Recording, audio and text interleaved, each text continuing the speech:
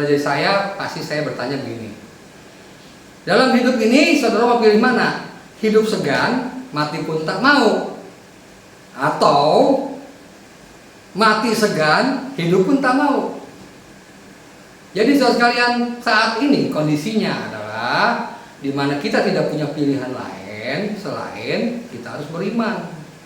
Kita tidak punya kemampuan apa-apa lagi, dan kita akan belajar bagaimana kitab Matius pasal 15 ayat 21 sampai 28 itu memberikan pengertian yang dahsyat buat kita. Sebelum itu Bapak Saudara sekalian, izinkan saya membuat satu narasi bagaimana kita mengerti bahwa hidup segan mati pun tak mau, sehingga kita harus punya iman. Baru-baru ini saya membaca tentang seorang model yang bunuh diri. Orang bunuh diri karena merasa tidak ada harapan lagi kan, sehingga kematian menjadi pilihan yang lebih baik. Setelah mati selesai masalahnya, benar gak? Apa benar itu? Oleh sebab itu tagline saya jelas tadi kan bilang, hidup segan mati pun tak mau, alias bagaimana kita menghadapi the power of kepepet. Artinya saat hidup kita sangat kepepet, apa obatnya?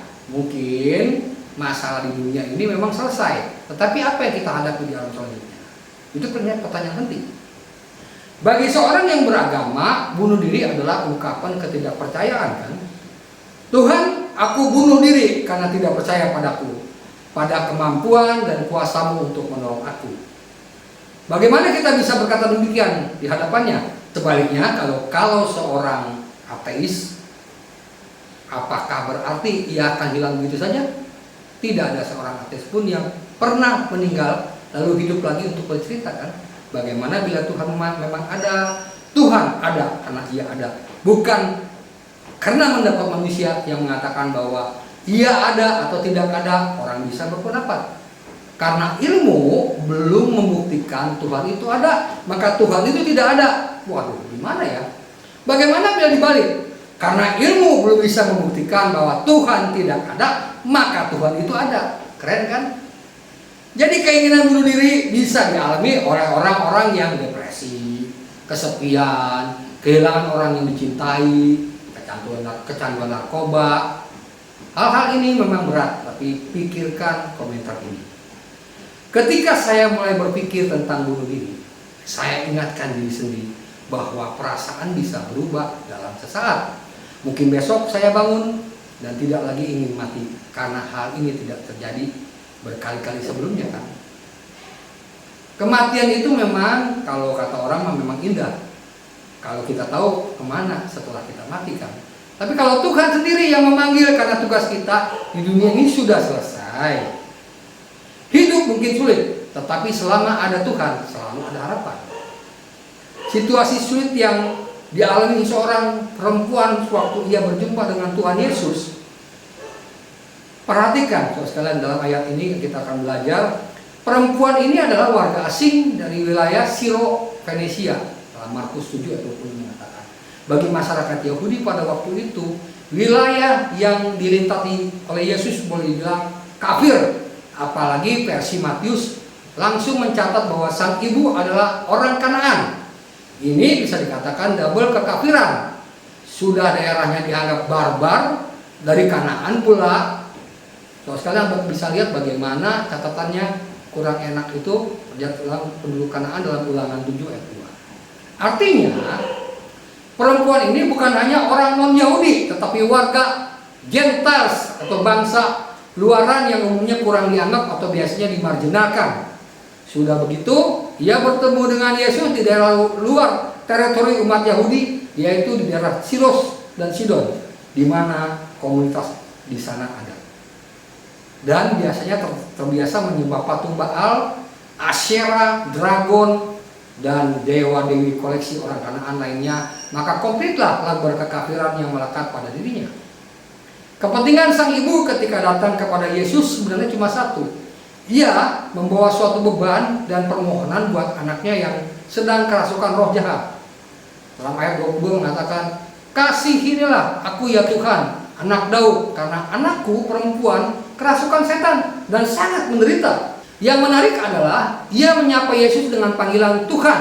Dalam dalam bahasa Yunaninya kurios atau lord, yang menunjukkan bahwa ia sedikit banyak mengetahui tentang identitas atau natur keilahian Yesus Kristus. Kemudian ia menyebut Yesus dengan predikat anak Daud, sebuah istilah yang konotasinya dengan pengertian orang Yahudi tentang Sang Mesias atau Kristus. Intinya, penyebutan gelar atau titel semacam itu di awal pelayanan Yesus adalah suatu yang langka. Bahkan juga di antara murid dan orang Yahudi pada waktu itu, hal itu menandakan perempuan itu tahu, mendengar tentang dia. Dalam Markus 7:20 mengatakan, malah seorang ibu yang anaknya perempuan kerasukan roh jahat, segera mendengarnya dia datang dan tersungkur di depan kakinya. Ayat itu dengan jelaskan bahwa Yesus bukan manusia biasa dan ia adalah Mesias yang mampu menolong kebutuhan kelepasan bagi putrinya. Namun demikian, respon Yesus pada awalnya sama sekali mengejutkan dan di luar dugaan kita. Bapak sekalian, untuk memahami pasal ini atau ayat ini dengan jelas, bahwa ada 3 respon yang kita lihat sebagai catu daya sehingga kita mendapat double impact-nya. Yaitu yang pertama, pada saat Tuhan membisu. Coba kita lihat, yang benar ia berhadapan dengan Yesus yang dibisu, tetapi Yesus sama sekali tidak menjawab. Dalam ayat 23. Dalam bahasa Gerikanya ada ungkapan yang lebih jelas, hodeo aprekite auto logon, yang diterjemahkan dalam bahasa Indonesianya, tetapi ia tidak menjawab satu patah kata pun, alias diem, alias bengong. Kelihatannya tidak ada apa-apa. Jadi tidak ada satupun logos atau kata yang keluar dari mulut Yesus. Bukan ini adalah situasi yang berat untuk dihadapi. Coba, kalau saudara dan saya ada di posisi sang ibu, masihkah kita mau berdoa atau memohon sesuatu pada saat kita tahu Tuhan bungkam atau diam 1000 bahasa? Masihkah kita kokoh berdiri pada confession of faith kita? Maksudnya kita percaya bahwa Yesus Kristus adalah benar-benar bisa menolong kita. Padahal realitas yang dihadapi adalah pahit dan getir. Ketika Tuhan membisu, itu adalah ujian terbesar bagi iman saudara dan saya, kan? Ketika Tuhan akan seakan tersembunyi, terutama pada saat-saat kita membutuhkan pertolongannya. Misalnya, sewaktu kita tidak berdaya di ruang ICU rumah sakit, itu kan mendatangkan pertanyaan besar, kan? Atau sangat mungkin kekecewaan yang sewaktu doa permohonan kita seolah-olah mentok di langit yang paling tinggi. Contohnya di platform kamar opname, di mana kita tidak mendapatkan respon apapun dari Tuhan, selain kita pasrah. Sangat mungkin pada saat momen saudara dan saya sedang bergumul dengan penderitaan yang real, kita sulit mengerti mengapa ini harus terjadi dan mengapa Tuhan seakan-akan masih menjauh dan tidak peduli dengan penderitaan kita yang kita alami. Tentu pertanyaan-pertanyaan itu membuat suatu pengertian. Saya khawatir situasi ini tidak ada jalan keluar, kan, yang dialami banyak orang akhir ini, yang mengakibatkannya sekarang menjadi Kristen ateis, yaitu orang-orang yang mengaku Kristen namun perlahan dan secara diam-diam mulai meragukan eksistensi Allah di tengah kehidupan yang konkret namun pahit.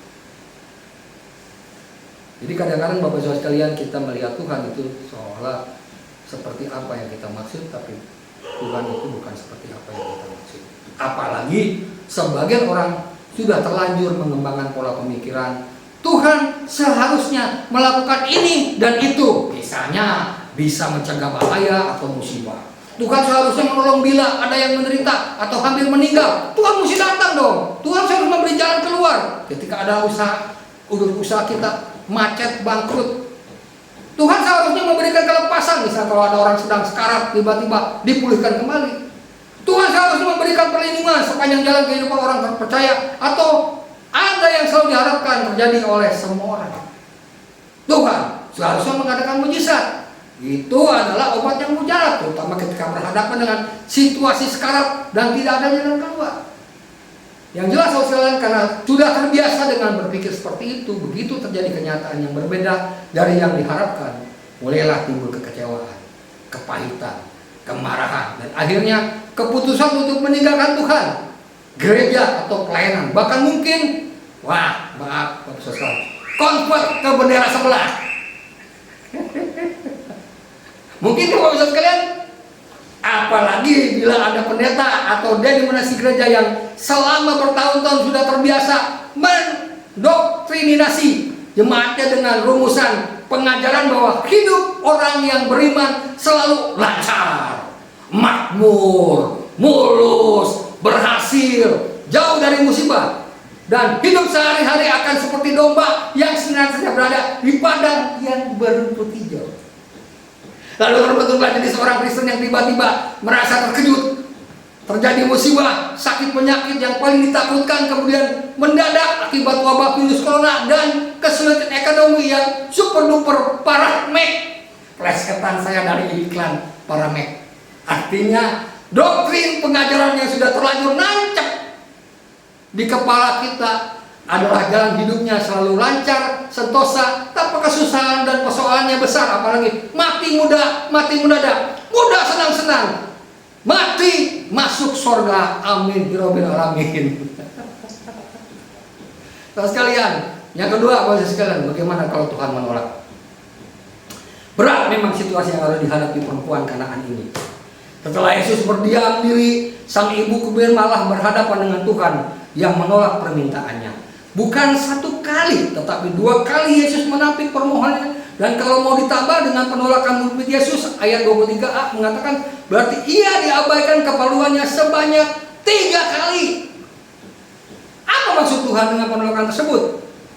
Singkatnya, sebetulnya Yesus hendak menekankan bahwa prioritas misi kedatangannya untuk Israel belum tuntas, dan permohonan perempuan itu tidak termasuk dalam prioritas di awal pelayanannya.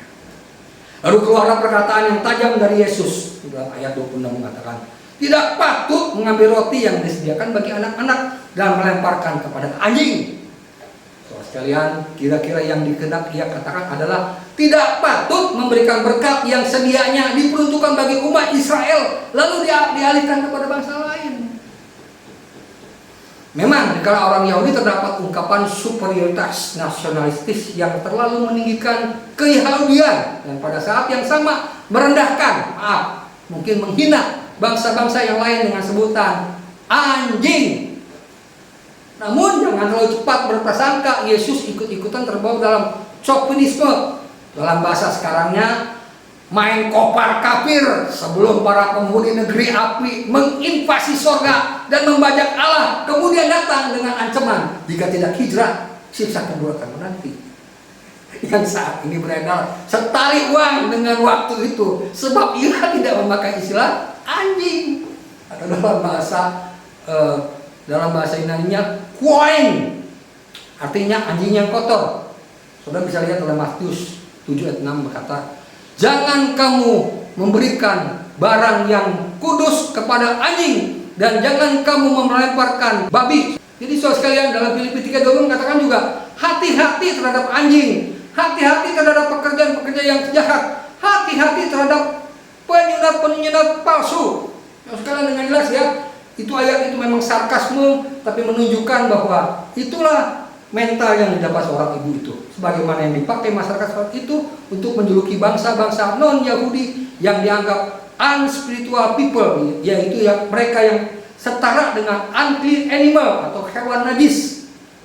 Istilah yang dipakai adalah kunarios yang diterjemahkan sebagai small pet dogs, yaitu anjing-anjing kecil yang biasa dipelihara di rumah, yang umumnya jauh berbeda dengan ungkapan kasar di atas. Sekarang, saudara sekalian, apa artinya? Artinya Tuhan Yesus sama sekali tidak sedang merendahkan sang ibu, melainkan ia sedang menguji imannya dengan sikap diam dan bereskalasi pada sikap penolakannya.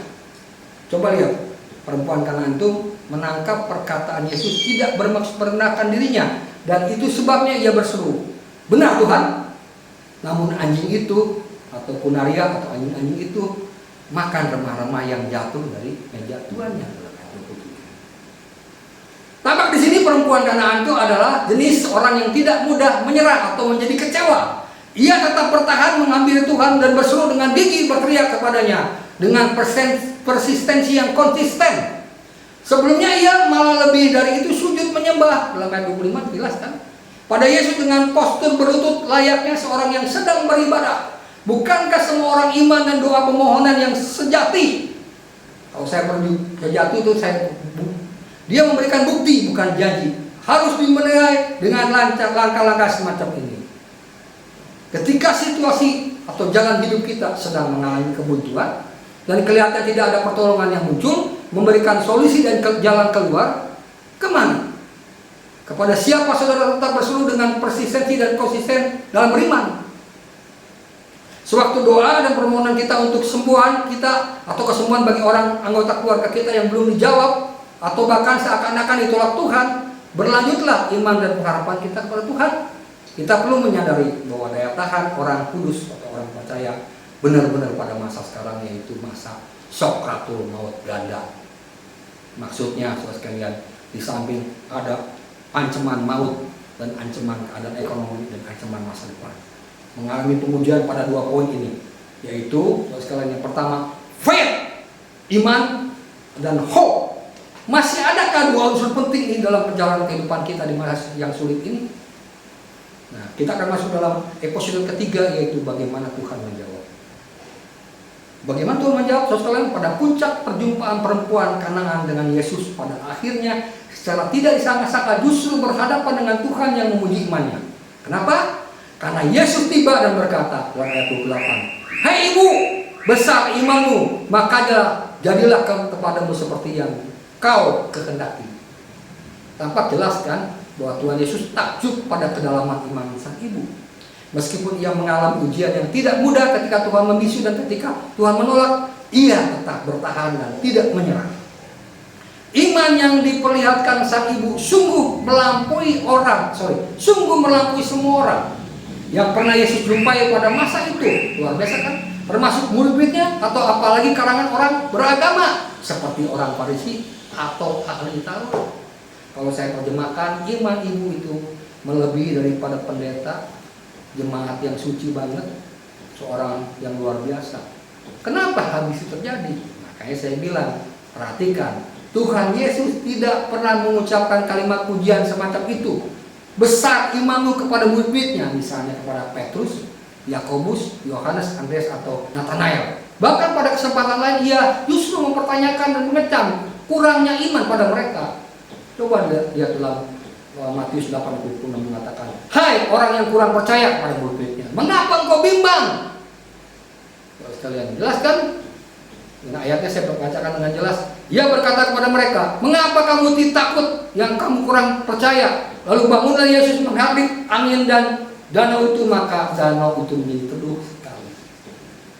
Kalau sekalian dalam Lukas 8:25 jelas atau tiada bahwa tidak ada imannya. Di mana kepercayaan imanmu? Nah, saudara sekalian, bahkan dalam Markus 4 ayat 40 mengatakan, "Mengapa kamu tidak percaya?" Saudara sekalian, secara overall, hal ini menunjukkan bahwa di hadirat Tuhan yang Maha Tahu, iman sang ibu dinilai sebagai iman yang sangat berkualitas dan sekaligus iman yang tahan uji, sebab tidak kebanyakan orang ya tidak gampang menyerah dan putus asa. Kita cek batin iman kita, periksa diri kita masing-masing pada saat mengalami kesulitan, musibah, sakit, penyakit, kedukaan, atau situasi buntu lainnya. Kita lebih sering mungkin dikatakan khawatir, tidak percaya, kecewa kepada Tuhan, atau sebaliknya kita mampu bertahan, tidak menyerah, teristimewa mengedepankan iman yang kokoh di tengah kerapuhan hidup kita ini kan. Berbahagialah kita jika mampu meneladani perempuan ini.